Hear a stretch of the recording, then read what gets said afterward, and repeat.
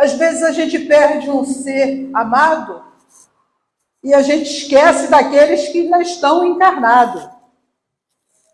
Passa a viver em função da saudade e esquece dos que aqui estão necessitando da nossa presença, da nossa atenção. Ah, mas eu estou tão triste.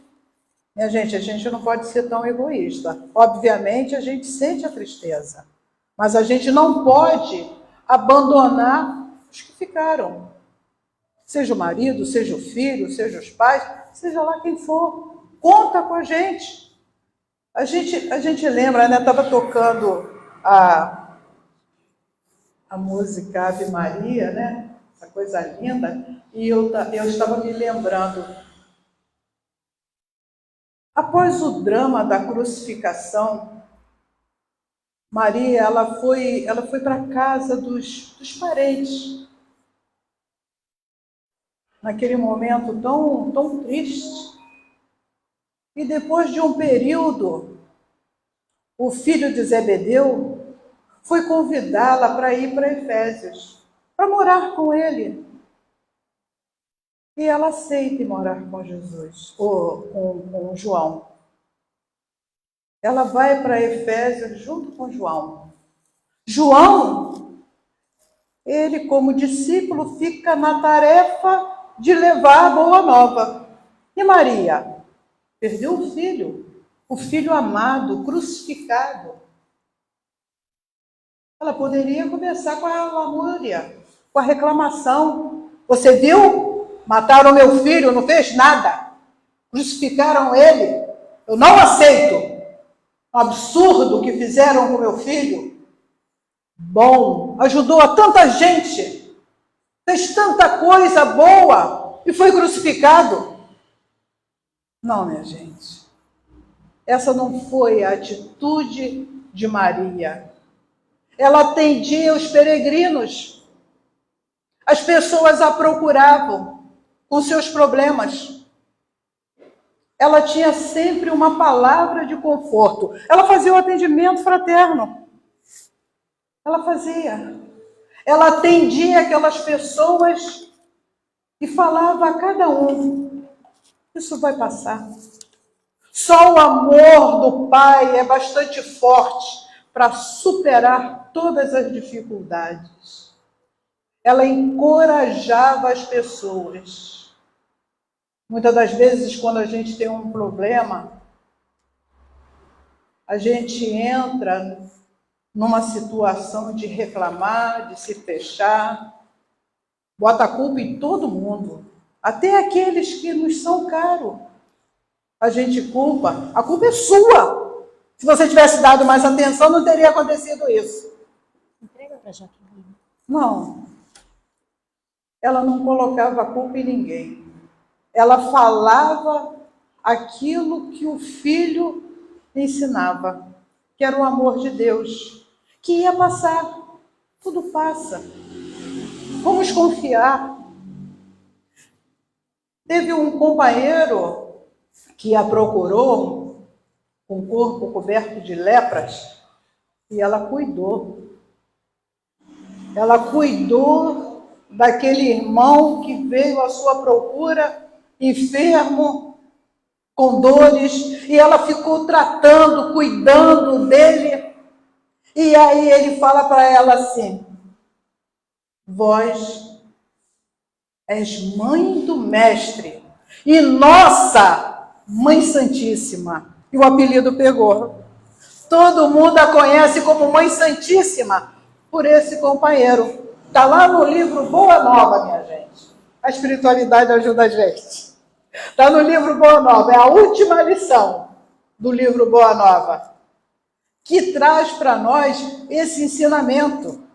E ela continuou nesse trabalho de atender as pessoas, a todos. E um dia chega tipo um morador de rua, uma pessoa muito simples. E ela vai atender. E ele fala que ele está ali para lhe fazer companhia, para ficar com ela. E quando ela estica a mão para recebê-lo, ela vê as mãos marcadas pelos cravos. E ela olha para os pés, e os pés também estão marcados pelos cravos. É você, meu filho.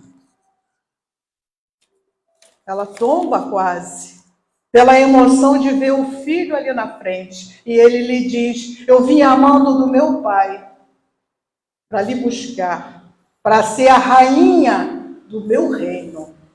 Minha gente, vale a pena. Vale a pena realmente confiar, ter a certeza que tudo passa, todas as dificuldades hão de passar, eterno só o amor do Pai. Esse é para sempre. Então, muitas das vezes a gente passa por situações, não é nem que a pessoa desencarna, não. A pessoa se foi para longe, foi para outro planeta, ou para outro estado, outro país, e a gente se entrega, parece que acabou o mundo. Não acabou o mundo, é uma nova experiência, é uma nova etapa que nós precisamos aprender a viver, a dar o nosso testemunho. Se nós confiamos no Pai de bondade, se nós temos o guia, o modelo, que é o Cristo, não tememos a ninguém, a não ser a nós mesmos, as nossas fragilidades, as nossas fraquezas, mas todos nós podemos, com certeza, nos fortalecer. E é esse fortalecimento que a espiritualidade espera de nós. Entre aqueles que se amam, a morte parece em vão. Pode plantar saudade, mas nunca separação. O amor que conquistamos nessa encarnação é para a eternidade. É como um advogado, é para a eternidade toda, aquela pessoa ali do seu lado, te defendendo, te ajudando. São os amores que nós conquistamos nessa encarnação. Por isso que a espiritualidade pede para que nós evitemos de fazer inimigo, porque também a gente leva os inimigos que fazem. E às vezes por causa de picuinha boba. Ai, não me deu bom dia. Ah, miserável. Ah, isso, aquilo. A gente fica às vezes com coisas tão banais, fazendo questão de tanta coisa desnecessária. André Luiz fala que a gente perde muita energia, dando valor a picuinhas, a coisas bobas. Ao passo que se nós estivermos com o nosso pensamento sintonizado nas regiões infinitas do bem, que é pensando em Deus, pensando em todos aqueles companheiros que já nos foi caro.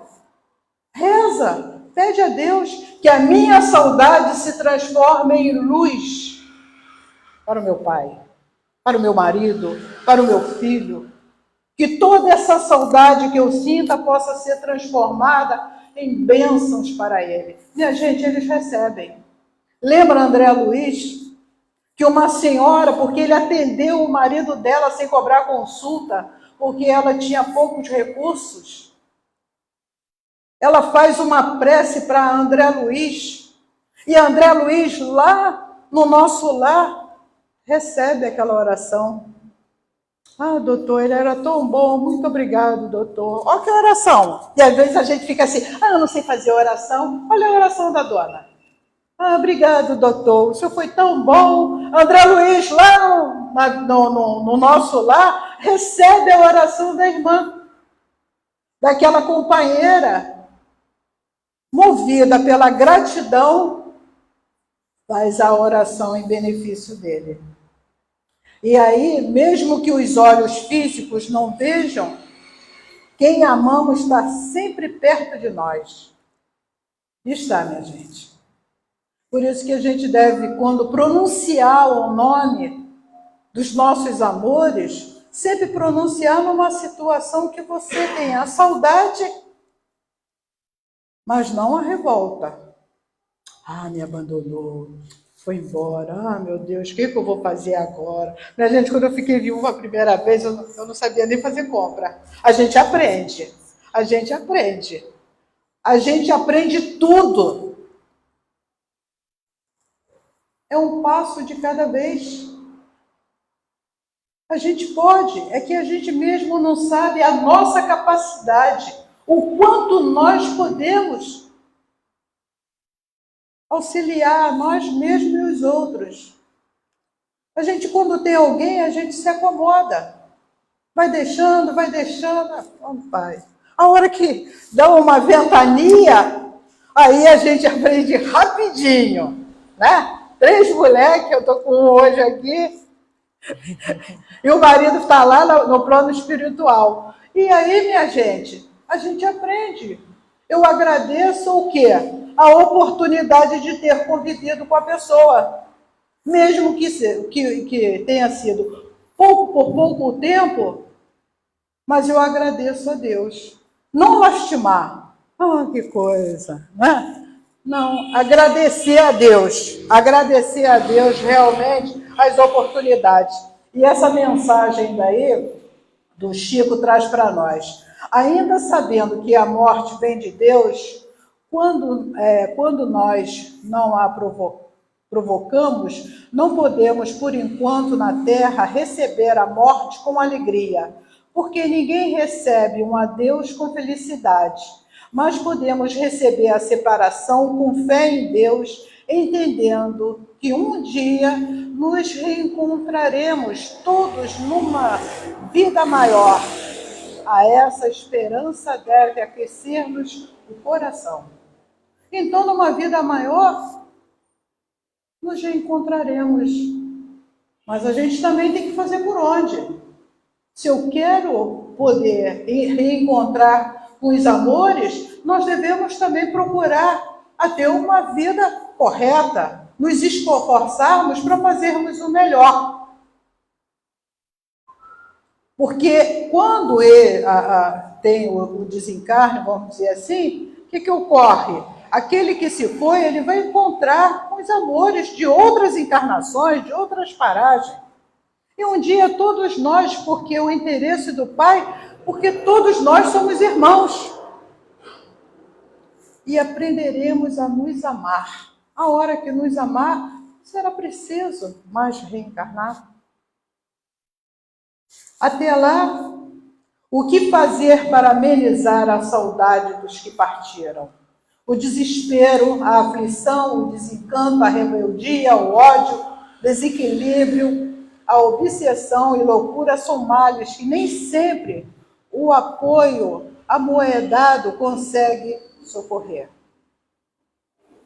Para a eliminação da penúria do espírito, essencialmente só existe um remédio: o amor. No entanto, para que o amor se transfira por bênção, de criatura a criatura, é imperioso aprendermos a dividir uns com os outros as infinitas riquezas do coração. Quem traz isso para nós é Emmanuel. A gente ainda não tem o entendimento do quanto nós podemos auxiliar uns aos outros, com uma palavra de incentivo, com aquele sorriso, até mesmo com um toque. Nós podemos fazer, como Cristo falou, isso e muito mais. Basta que nós nos dispusemos a auxiliar. O quanto nós podemos fazer um pelos outros. Muitas das vezes a pessoa não tem recurso financeiro para auxiliar, mas ela tem carinho, ela tem afeto, ela tem carisma. Porque tem pessoas que, não é o caso, mas tem a palavra como uma F-15, como uma arma. Derruba o outro. Derruba. Ela fala coisa que tira sonhos, tira esperança. E a gente precisa estar atento. A gente lembra que o Chico nos recomendava, na hora da raiva, na hora da confusão, bota uma colher de água na boca e não engole nem cospe. para a gente não falar coisa que a gente vai se arrepender. E depois que a gente fala, minha gente, não tem como dizer desculpa, foi sem querer, porque machuca, machuca. E esse machucar, minha gente, a gente precisa ter o cuidado extremo para não magoar, para não magoar. Se eu não tenho uma boa palavra, eu silencio. Silencio, que já mostra que eu não estou concordando, que não é por aí. E aí tem uma passagem, eu vou ver o nome que João traz para nós, Jesus e a pesca milagrosa. Nessa passagem, João traz para nós que Jesus, ele foi a terceira vez que ele apareceu aos seus discípulos. Terceira vez. Quando uma pessoa fica triste pela falta do outro, o Pedro, ele estava tão angustiado com a morte do Mestre Jesus, tão triste, que o Pedro falou assim: eu vou pescar. E aí os outros discípulos que estavam junto com ele, os filhos de Zebedeu, estavam junto com ele, Natanael, Pedro, junto com outros discípulos, falaram: eu também vou. Esqueceram. Deixou tudo. E foram pescar. Quando a pessoa está desiludida, manda tudo para o alto, minha gente, quem está junto também desanima. Não é só aquela pessoa que está desanimando, não. Eu desanimo, quem está perto de mim desanima também. Até o cachorro, até o gato. Todo mundo desanima. Ah, eu vou pescar. Não quer saber mais de nada. E Pedro foi pescar. Ele e os outros discípulos. Passaram a noite toda matando pernilongo. Não pegou nada, nada. Nem um peixe. Passaram a noite toda pescando, nada. De manhã, piorou, né? Tem um homem, eles avistam um homem na praia, e o homem fala: pegaram alguma coisa, meus amigos? Nada. Joga a rede do lado direito. Vocês vão pegar muitos peixes. Joga do lado direito. E um deles fala para Pedro: é o Senhor. Gente, Pedro vestiu a roupa e pulou na água. Vestir a roupa é se vestir de bom ânimo, de coragem, de esperança. Porque um falou que aquele homem era o Senhor. Quando tem o termo vestiu-se, é quando nós nos vestimos de fé, de esperança, de coragem, de vontade. E os discípulos mal conseguiam puxar a rede com tanto peixe. De tanto peixe que tinha na rede. Quando eles chegaram na praia, puxando a rede, Jesus se aproxima. Jesus se aproxima porque eles já encontraram o peixe, o pão, lá na fogueira. E Jesus distribui como sempre distribuiu para aqueles que lhe acompanhavam. Jesus distribui o peixe, distribui o pão. E é assim, minha gente, que Ele aguarda por todos nós, para nos servir. Todas as passagens do Evangelho, Jesus está servindo. Aí chega o bonitinho e quer ser servido. Você já pegou a minha toalha? Você já botou a mesa? Você já fez as compras? Você já fez isso? Já fez aquilo? A gente esquece que o nosso mestre veio servir. E a gente quer ser o tempo todo servido. Ah, mas eu ajudo lá no centro, eu varri lá, eu enchi os copinhos. Mas em casa, na casa espírita, não é? A espiritualidade está aqui, então eles nos influenciam, né? A gente fica tudo bonzinho. Mas e em casa? E no ambiente de trabalho, na escola? Pisou no meu pé, já viu. Não mexe comigo, não. Né? Porque lá fora que é para darmos o exemplo. Porque não é a casa espírita que precisa de mim. Eu que preciso da casa espírita. Eu que preciso me educar. E é nesse convívio, é junto nessa harmonização que nós iremos nos educando aos poucos. E aqueles discípulos amaram a presença do Cristo junto com eles. E aí Jesus, né, pergunta: Pedro, tu me amas? Claro, Senhor, claro que eu te amo. Apacenta minhas ovelhas.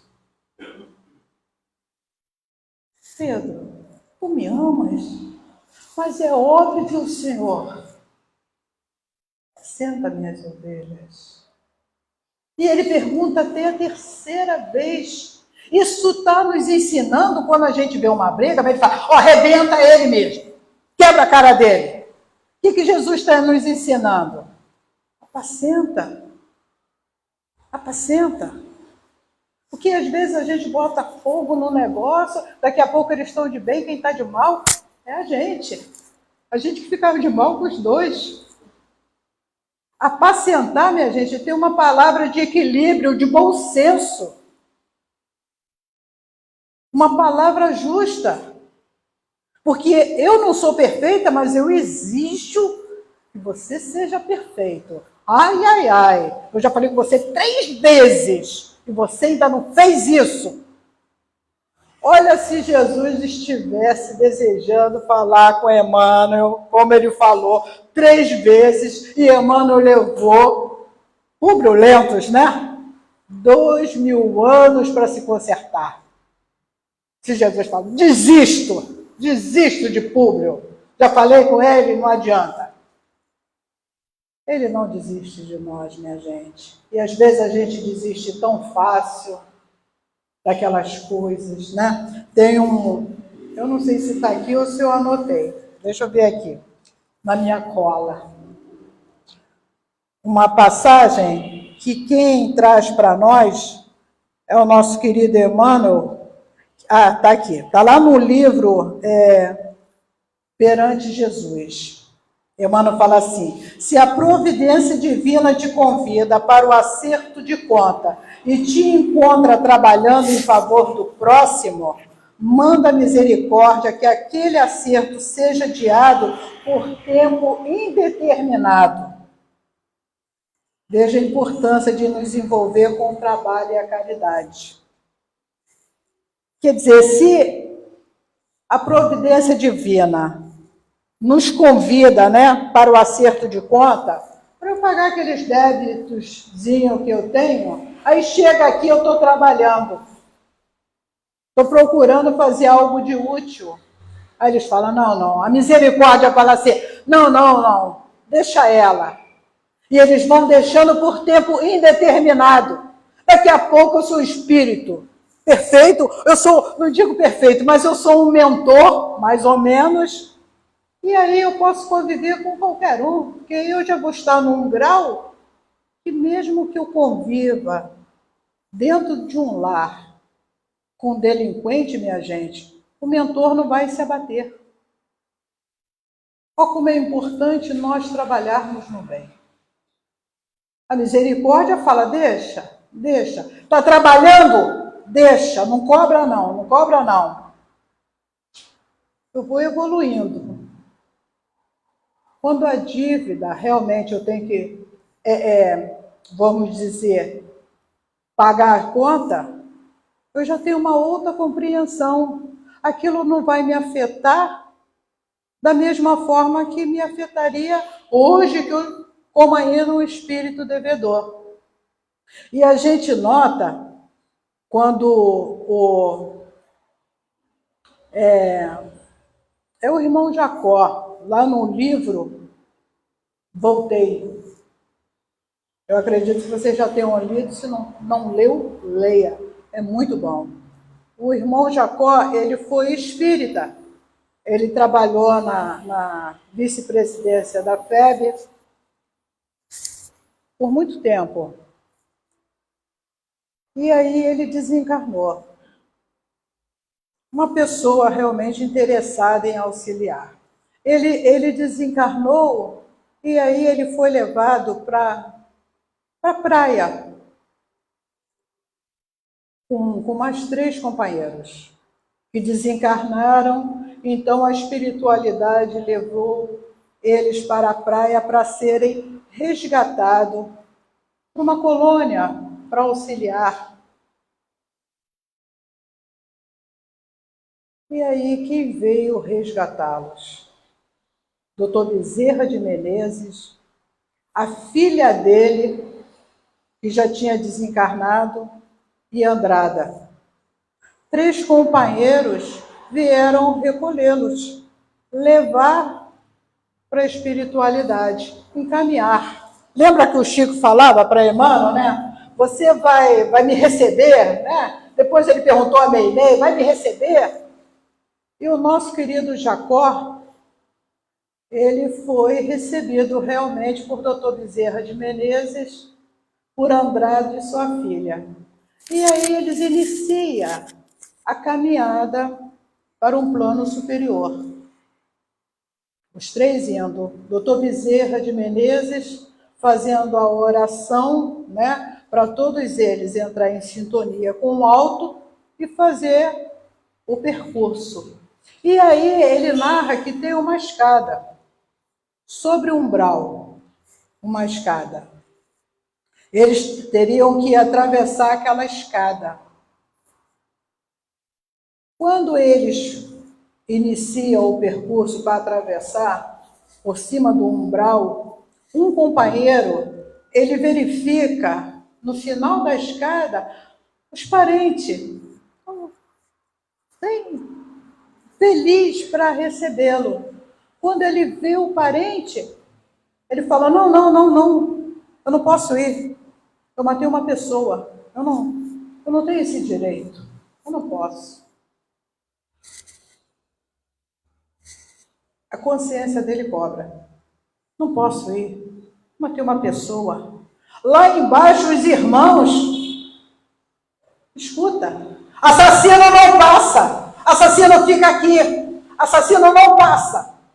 Dr. Bezerra de Menezes fala, vamos orar, manter o pensamento em equilíbrio, porque senão a expulsão teria problema.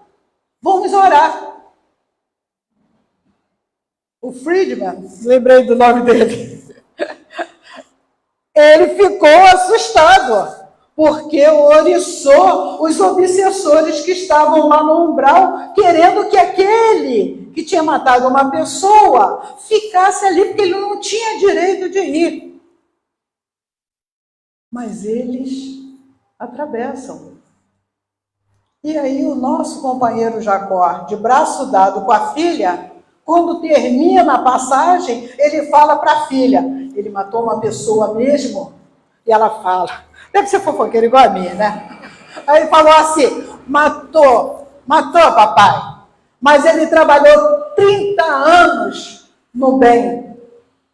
Olha a misericórdia de Deus, minha gente. 30 anos trabalhando no bem, ele teve o mesmo merecimento que o nosso companheiro Jacó, que trabalhou 57 anos, parece, eu não lembro, mas eu acho que foi 57 anos pela doutrina. Que ele não tinha religião nenhuma, mas o empregado dele, muito enfermo, com uma dificuldade muito grande com a esposa, ele vai um dia, ele comentando com outro companheiro espírita, e o companheiro foi e deu uma receita para ele entregar.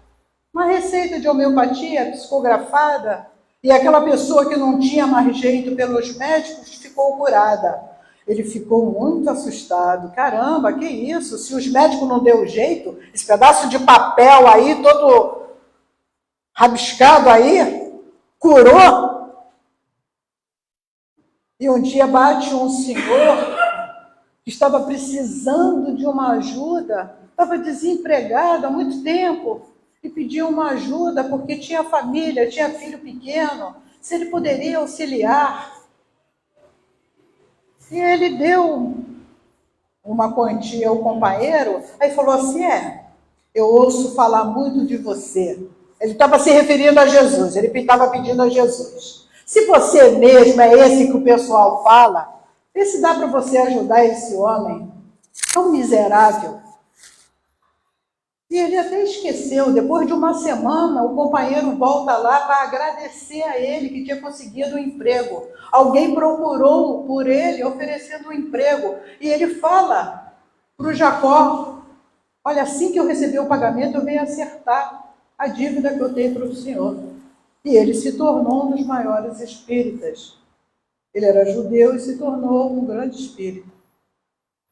Então, minha gente, a misericórdia de Deus é imensa por todos nós. É claro que o companheiro vai responder pelo seu ato. Mas ele teve o quê?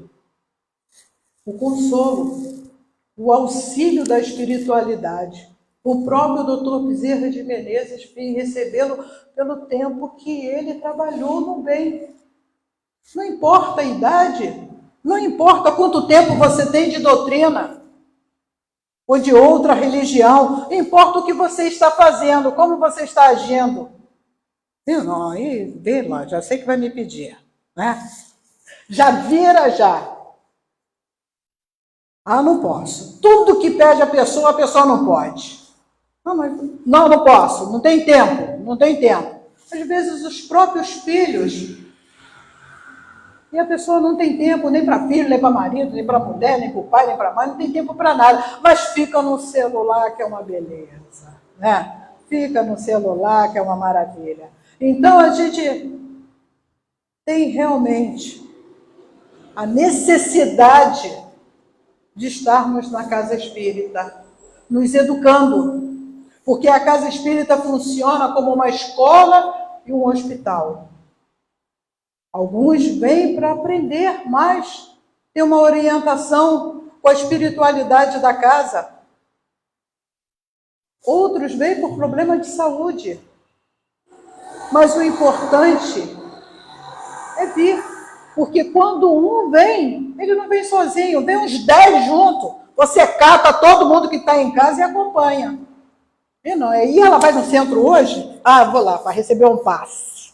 Tem gente que nem sabe que morreu, né? A verdade é essa. Eu vou lá para tomar um passe também, já que aqui ninguém me dá atenção. E auxilia, minha gente. Auxilia. Por isso que a gente sai sempre mais leve, porque aqueles mais difíceis geralmente ficam aqui. Ficam aqui recebendo o auxílio, a orientação.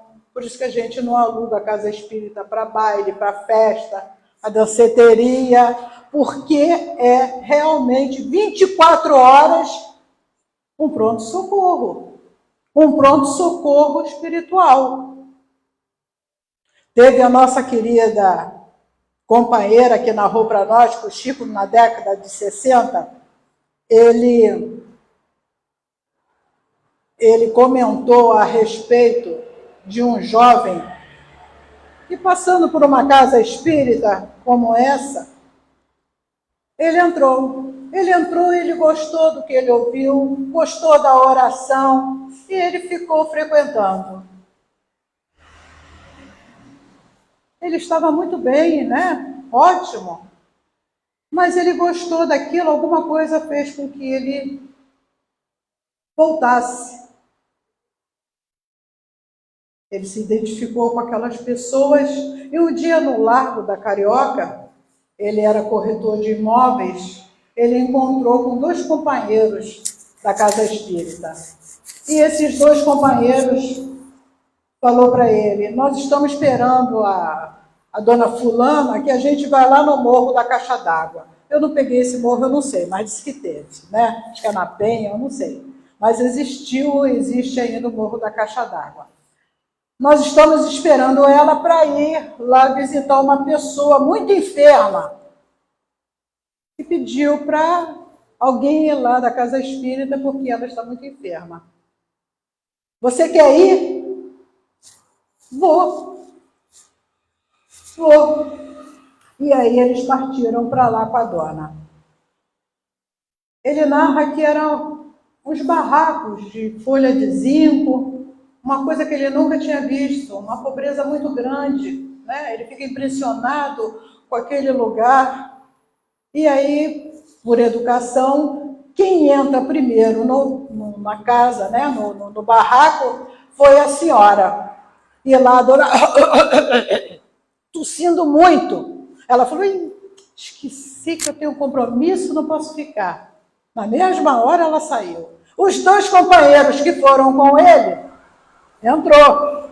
Mas a dona estava com tuberculose. Naquele tempo não tinha um medicamento eficaz.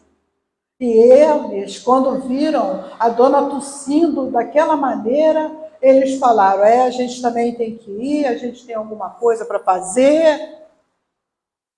Ele é novato na doutrina espírita. Mas o que ele pouco ouviu, serviu. Ele falou: o que eu vou fazer com essa dona? Ela está muito mal, precisa ser levada imediatamente a um hospital. Ela não está bem. Os outros saíram com medo de pegar tuberculose, mas ele nem lembrou de... Ele pensou só o quê? Em auxiliar aquela dona. E aí, quando ele olha, a mãe dela, uma senhorinha já idosa, né, magricela, com 2 crianças raquíticas, que era filha dela, deitada em um, que poderia dizer, sofá, ele falou: é eu mesmo que vou levar. E ele vai, pega ela para levar ela para o hospital. Ela começa a tossir, dá aquela golfada de sangue, ele volta com ela, porque inclusive suja ele passa a mão na cabeça dela, ela dá um sorriso para ele e desencarna. Ele ficou atônito. O que eu posso fazer agora? Ele vai para a janela do barraco e pensa: meu Deus, o que eu faço? Porque ela desencarnou. A senhora e as 2 crianças ali. Ele pega todo o dinheiro que ele está no bolso, coloca na mão da mãe e fala: dê a ela um enterro decente. E ele sai dali, né? Ele entra no hotel, toma um banho, pede para comprar uma roupa para não chegar em casa com aquela roupa suja de sangue. E vai para casa. No outro dia de manhã, ele foi lá no centro para falar que aconteceu um imprevisto, ele não sabia o que fazia, né? Ele agiu assim, mas tem que fazer alguma coisa, porque aquela... Não se preocupa, meu irmão, você já foi lá, já resolveu, já está tudo bem, não se preocupa não. Infelizmente a nossa irmã desencarnou, não se preocupa, está tudo bem. Ele volta a trabalhar. E ele fala que ele era um homem com saúde, 50 e poucos anos, com saúde. Tinha uma família tranquila, mulher, 2 filhas. Estava em alta expansão, os imóveis, ele ganhava muito dinheiro vendendo apartamento, vendendo casa, tudo. Mas ele fica doente e desencarna. E ele ouve na casa dele as filhas, por não ter feito um planejamento, que ele não passou pela cabeça dele que ele ia desencarnar, as filhas brigando: não, o carro é meu, não, isso aí papai me deu. Deu nada, papai não teve tempo de dar nada. Mas elas estavam brigando pelo que o pai tinha ou deixava de ter. Ele se aproximava da esposa, a esposa sentia um arrepio, começava a chorar. Sentia a presença dele. Ele viu que ali não estava bom para ele ficar, porque ele estava atrapalhando a esposa e não ficava triste de ver as filhas brigando por coisas materiais, sem necessidade. Ele sai, minha gente, ele caminha até o alto da Boa Vista, lá em cima. E ele, quando chega lá no alto da Boa Vista, ele lembra de fazer uma prece. Lá no centro espírita, eles faziam prece. Eu vou fazer uma prece. Ele faz uma prece tão sentida que um amigo espiritual toca ele. Coloca a mão no ombro dele e fala: vem comigo. Tu ia? Ele foi. Ele acompanha aquele ser iluminado. Caminha, caminha, caminha. Chega em frente ao centro espírita que ele frequentava. É o centro espírita que eu vou. Então, você entra aí, fica lá sentado esperando chamar seu nome. Quando chamar seu nome, você vai lá na frente, lá na mesa, e fala, conversa com ele. E ele foi e sentou. Sentou, logo ele disse que chamaram o nome dele. Nem sei como é que eles sabiam o meu nome. Chamaram logo o meu nome. E eu fui, sentei lá na frente. E o companheiro falou para mim: o que fizeste? Eu trabalhei. Trabalhei como vendedor de imóveis. E o que fizeste? Não, cuidei da minha família, minha mulher, minhas 2 filhas. O que fizeste? Trabalhei. Aliás, eu cuidei muito bem da minha saúde. Eu nem sei por que eu morri. Ele tinha consciência que tinha desencarnado. Eu cuidei muito bem da minha saúde. Eu nem sei por que eu morri. Porque eu cuidava da minha saúde. O que fizeste? Ele não sabia mais o que falar. O que fizeste? E aí ele lembrou com sua cabeça, falou assim: bom, um dia eu acompanhei uns amigos para visitar uma senhora. E quando eu cheguei lá, ela estava com tuberculose, eles saíram. Nesse instante, Dona Maria Conceição levanta e fala: ajuda esse homem, esse homem é um bom homem. Porque quando eu estava no momento difícil de desespero, ele passou a mão na minha cabeça. Ele me tratou com carinho. Ajude a ele. E ele foi convidado a trabalhar na equipe espiritual daquela casa.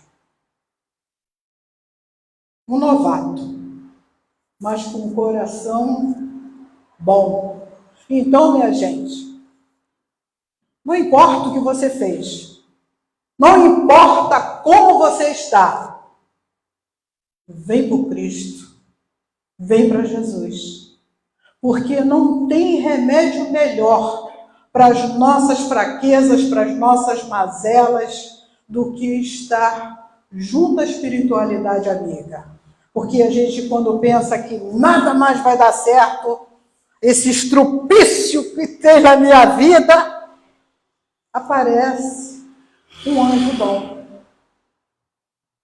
Muita gente tem me pedido nome de asilo, uma pessoa, Vera, eu estou preocupada, o que vai acontecer comigo? Né? Lá no centro, na Zona Sul, muitas pessoas estão preocupadas. Não fica preocupada, porque Deus não desampara nenhum de nós. Às vezes a pessoa tem 11 filhos, todo mundo tem o que fazer, ninguém tem tempo de cuidar. Às vezes uma vizinha, onde eu moro tem um senhor, que ele diz que os parentes passam e ainda vira a cara. E ele cuida da senhoria. Quem é bom sempre tem uma pessoa para também ser bondosa.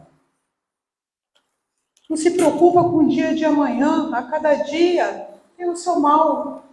Se preocupa o que eu estou fazendo hoje. O amanhã a Deus pertence. Procura fazer o seu melhor, independente da situação. Me avisa quando é para parar. 5 minutinhos. 5 minutos. Vou passar os slides. E aí Allan Kardec, se deixar eu fico contando a história. Allan Kardec traz para nós Ele compareceu com alguns membros da sociedade ao local onde se encontrava o corpo do senhor Sazon. E ali, 1 hora antes do enterro, deu-se a primeira comunicação, onde demonstrou plena consciência da sua situação, afirmando que, após 8 horas da sua morte, recobrara a lucidez das suas ideias. Ele ditou as palavras seguintes: que a morte não vos espante, meus amigos. Ela é uma etapa para vós, e se soubertes viver, é uma felicidade se merecertes dignamente e bem cumpriste as vossas provas. 8 horas, minha gente. 8 horas, ele desperta pleno de consciência. Pleno de consciência. A gente vai observando que todos nós, né, somos viajantes deste tempo e deste lugar. Somos apenas passageiros destinados a observar, aprender, crescer e amar. E então, voltar para casa. É como um aluno que fala: professor, eu já sei tudo. Eu já fiz meu dever de casa, já estudei, pode me passar. Já sei tudinho. Já sei tudo. Aí a mestra vai e fala: que bom, mas vamos fazer uma provinha. Vamos fazer uma provinha. E aí todos nós estamos aqui fazendo uma provinha, para ver se realmente nós entendemos a lição. Se nós já conseguimos já raciocinar de uma maneira que não atrapalhe a vida do outro. Que a gente pare de distribuir taxinha, espinho no caminho para o outro passar. Porque depois a gente vai ter que vir catando tudinho. Limpando. Então vamos agradecer a Deus essa oportunidade, confiar que os nossos amores estão junto de nós, senão nos aguardem. Ninguém nasce sozinho, tem que ter pelo menos uma mãe. E a mesma forma é quando desencarnamos, eles vêm nos aguardar. É uma pena não dar o tempo para contar do Dr. Bezerra de Menezes seu desenlace, mas vocês pesquisem, que é muito bom a história. Um beijo grande, minha gente. Que Jesus nos abençoe, nos fortaleça e vamos confiar no Pai, no Cristo e em nós mesmos. Confia, vai dar tudo certo. Muita paz. Muito obrigada, Vera. Muito obrigada pela noite de hoje, pela reflexão. E como a nossa página de abertura falava, sempre vivos, perceberam que Vera falou para encarnados também? Porque em algum momento estaremos também desencarnados, né? Então a fala dela foi para nós encarnados e desencarnados. Muito obrigada, Vera, que Jesus te abençoe. Eu que agradeço. E você possa estar conosco sempre. Vamos então nos despedir do pessoal do Facebook. Que Jesus ampare e proteja, mantenham-se em prece e o dia de hoje seja repleto de bênçãos na vida de cada um.